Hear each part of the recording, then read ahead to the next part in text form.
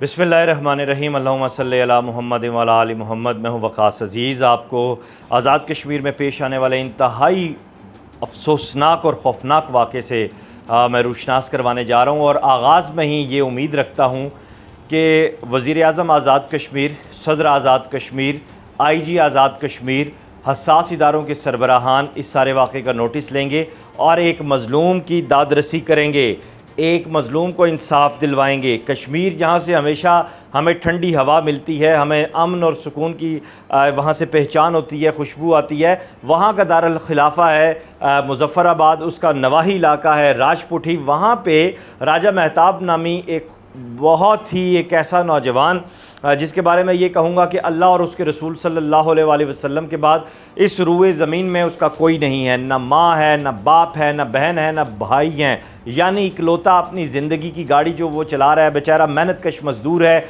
और इस कोशिश में रहता है कि रिज़्क़ हलाल के ज़रिए वो अपने बच्चों का रिज़्क़ जो है वो कमा सके, ज़िंदगी की जो गाड़ी है उसको धक्का लगा सके। लेकिन बासर अफराद, जराइम पेशा अफराद जो कब्ज़ा माफिया भी हैं, जिनका ड्रग डीलिंग से भी ताल्लुक़ है, जिनका ताल्लुक़ समाज दुश्मन हर किस्म के उनसर से है, वो इस नौजवान के ऊपर न सिर्फ कातलाना हमले करते हैं बल्कि बहीमाना तशद्दुद का निशाना बनाते हैं। और इंसाफ की तलाश में यह नौजवान कहाँ दर बदर खाके सर। आज ये वाक़या हुआ और अभी जब मुझे मेरे सोर्सेज ने ये सारी डिटेल्स रिपोर्ट की, मैं आपके साथ वो शेयर करने जा रहा हूँ। उससे पहले गुजारिश करूँगा, अगर आपके अंदर ज़रा सा भी दर्द दिल है, आप ज़रा सी भी इंसानियत रखते हैं, ला इलाहा इल्लल्लाह मुहम्मद रसूलुल्लाह पे आपका ज़रा भी बिलीव है, तो इस वीडियो लिंक को इतना शेयर करें कि आज़ाद कश्मीर की जितनी भी सिविल इंतज़ामिया है, आज़ाद कश्मीर के जो चीफ जस्टिस हैं, वो इस सारे वाक़े का नोटिस लेने पे मजबूर हो जाएं और इंसाफ उस शख्स को उसकी दहलीज पर मिले, ताकि एक दफ़ा फिर हमें अपने जो अकाबरीन हैं, हमारी जो रिवायत है इस्लाम की, हमारे इस्लाफ की, इंसाफ की, वो ताज़ा हो सके। वाक़या क्या है, मैं वाक़या आपके साथ शेयर करता हूँ। बरसात का सीज़न है, बारिश हो रही है और जो इनका घर मेरी इत्तलात के मुताबिक एक ऐसी जगह पर है जो नशेब में है और वहाँ पर बरसात का पानी जमा हो जाता है।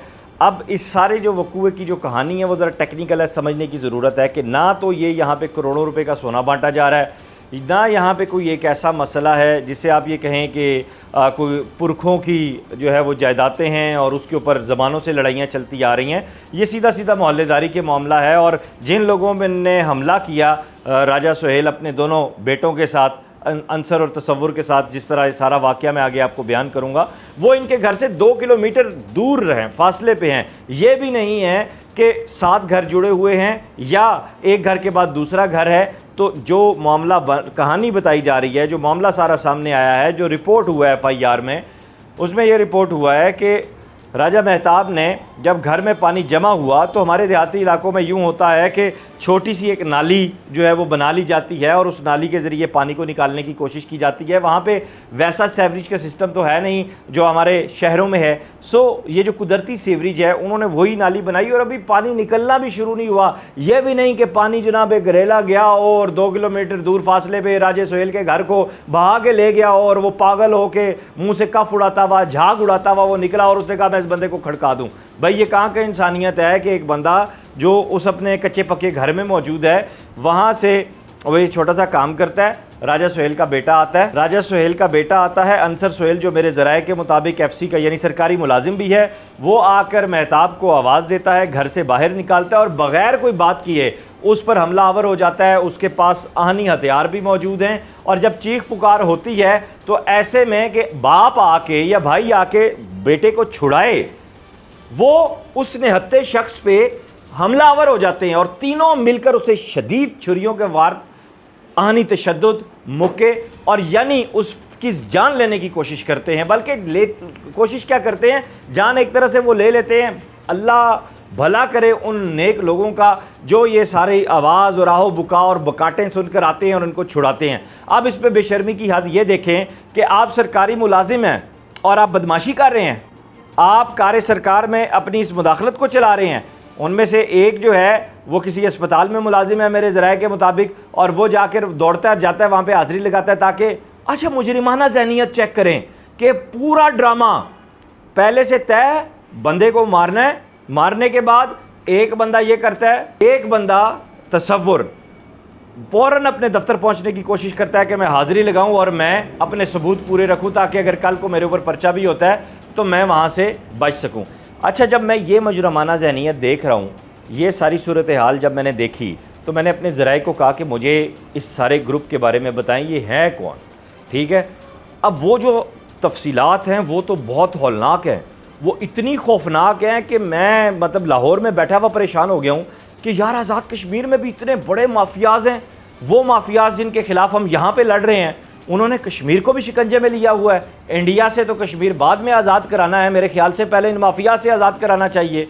अब जुल्म ये होता है, राजा मेहताब ज़ख्मी लहूलुहान हस्पताल पहुँचाया जाता है, वहाँ पर पुलिस कॉल होती है, बजाय इसके कि पुलिस जाए वकूआ पे पहुँचे और फ़ौरन FIR दर्ज करे, इलाके के जो बाअसर लोग हैं, यानी वो माफियाज सियासी भी और समाजी भी जो उनका बैक कर रहे हैं, वो SHO को और थाने के जो लोग हैं, जो IO है, जो पूरी टीम वहाँ पे गई है तफ्तीशी टीम, उनको डराना धमकाना और साथ में प्रेशराइज़ करना शुरू कर देते हैं।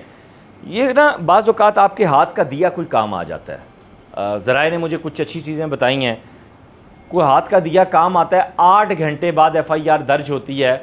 और कैसे दर्ज होती है, स्क्रीन पे आप देख रहे हैं कि ज़ख्मी हालत में बंदा पड़ा हुआ है, ठीक है, और वो थाने के बाहर खड़ा है, यानी कब्र अपना इंसाफ खुद मांगे और कब्र को भी इंसाफ लेने के लिए कटहरे में आना पड़ेगा तब मिलेगा। एक बंदा ज़ख्मी है और वो ज़ख्मी हालत में थाने के बाहर खड़ा है और फरियाद कर रहा है कि मेरी FIR दर्ज। मेहताब ज़ख्मी हालत में लाचार, मजबूर, ना कोई आगा ना कोई पीछा, कानूनी मामलात में बैक करनी होती है, फैमिली दौड़ती है, लेकिन अल्लाह और उसके रसूल के अलावा इस बंदे का कोई नहीं है।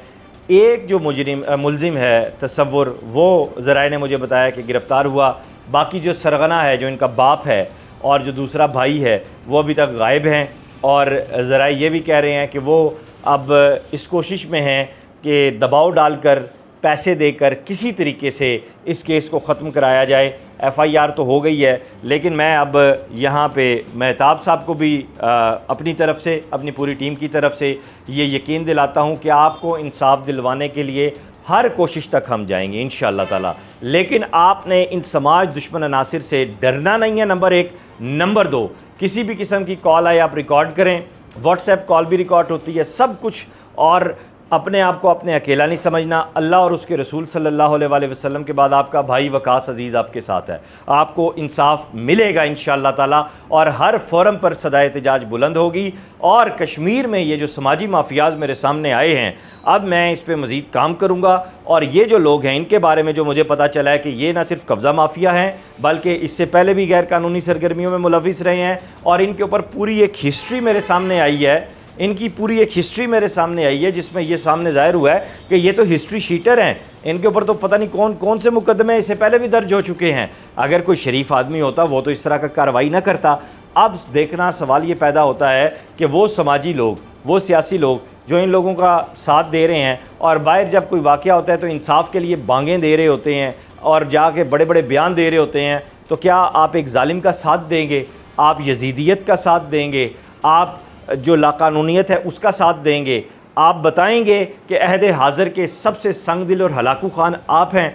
एक ऐसा शख्स जो निहत्ता है और मज़लूम भी है, एक ऐसा शख्स जिसके पास कोई और रास्ता नहीं है, एक ऐसा शख्स जिसके पास उसकी दवाई के पैसे नहीं हैं, एक ऐसा शख्स जिसके पास घर में खाने के बच्चों के लिए जो है वो इंतज़ामात पूरे नहीं हैं, एक ऐसा शख्स जिसको इतना लहूलुहान कर दिया गया है कि अब दोबारा उसका खून पता नहीं कितने सालों बाद जाके पूरा होगा। आप उसको इंसाफ दिलवाने की बजाय उसको प्रेशराइज़ करवा रहे हैं। आपको शर्म आनी चाहिए और लाख की लानत है आप सब पे। इससे ज़्यादा सख्त लफ्ज़ भी होंगे।